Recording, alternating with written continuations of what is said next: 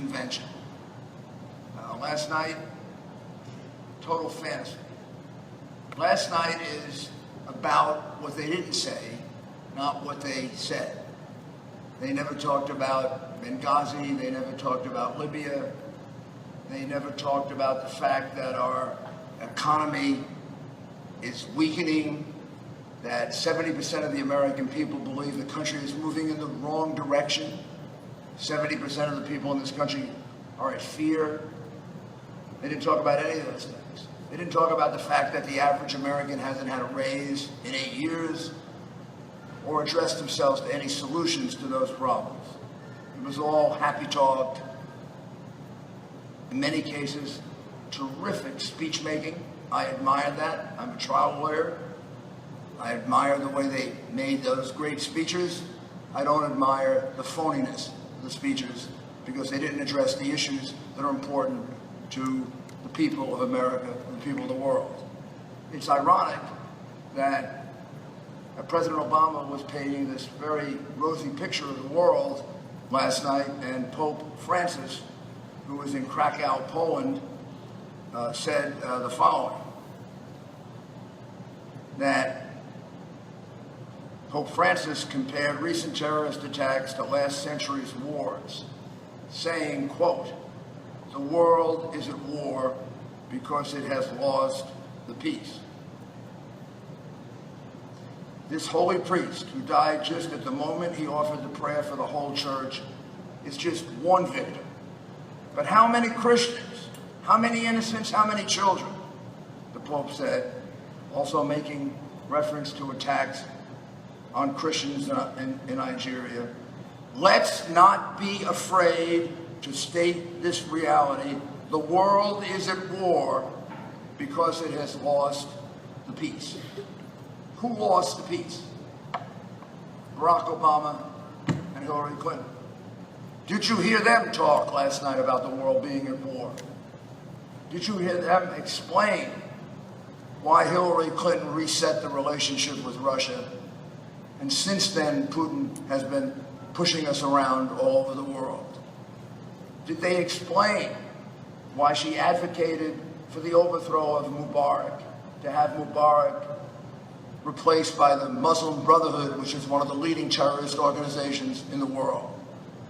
Did they explain why she advocated for the removal of Gaddafi in Libya, only to be replaced by numerous Islamic terrorist groups, including ISIS? Did she explain why she either turned down or wasn't aware of the numerous and dramatic requests for help at the Benghazi mission? The Benghazi mission was attacked 6 times before the ultimate fatalities took place. One of the attacks is described as so bad that it drove a hole in the wall big enough for a tank to go through. If she didn't know about it, she was an incompetent Secretary of State. If she did know about it and did nothing about it, well, it's even worse. In either case, she was asleep for 6 months. And when it came time to act, we acted slowly, so slowly that 2 extra Americans died who didn't have to die. She is accountable for that. No one explained that last night. No one explained last night how she could possibly support the agreement with the Ayatollah, who was a mass murderer, who is calling for destruction of the state of Israel, who we have given now close to $1 billion, and he's the biggest state sponsor of terrorism in the world. You know what that means? He's given money to terrorists who are killing us. She and Obama did that. No one explained it last night. No one explained how they did that or why they did that. Instead, we had happy talk, happy talk, happy talk about a world that's at war, about an America that believes that the insiders in Washington, the crooked insiders in Washington, are not representing them. You know something? The outsiders are right. All they want to talk about is, well, Russia, which is a complete distraction. Donald Trump's comment about Russia, he corrected immediately.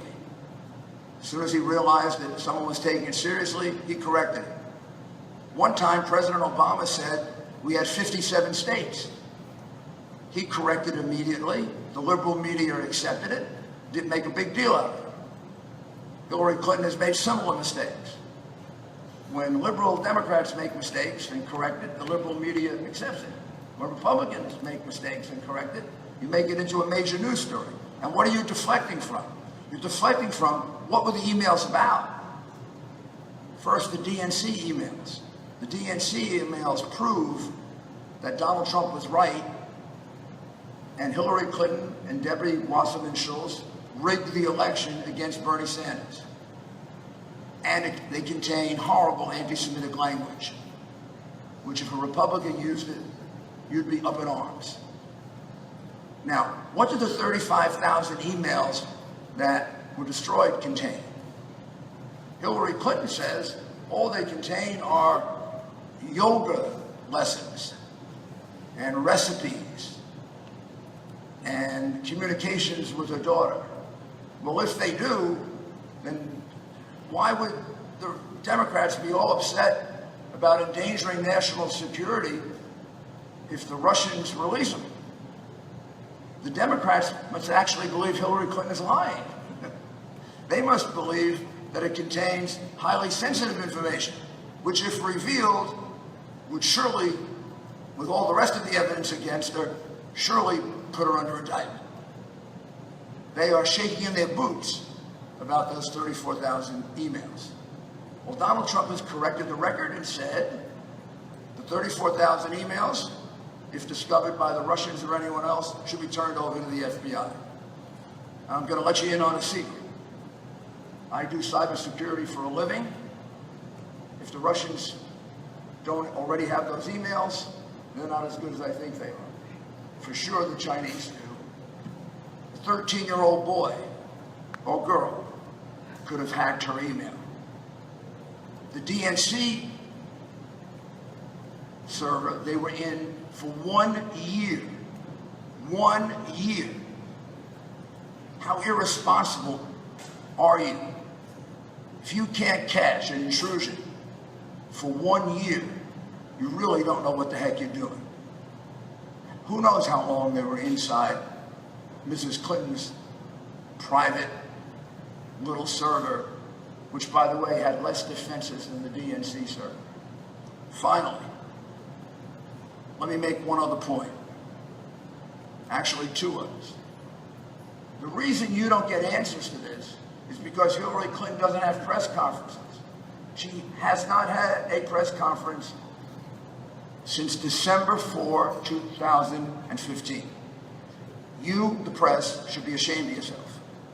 You should be ashamed of not doing your job as getting information for the American people.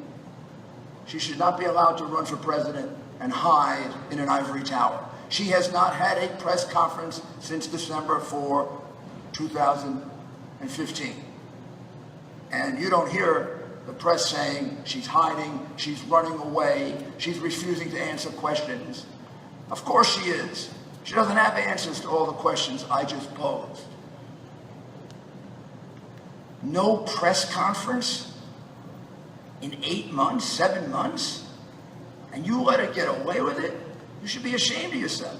When I was mayor, I had a press conference every day. When I ran for president, I had a press conference every day. And Donald Trump has a press conference every day. It may be you get in a little more trouble if you have a press conference every day because you make a few mistakes. But it also turns out you're a heck of a lot more transparent. You're a heck of a lot more honest. You're a heck of a lot less afraid of what you're going to be asked.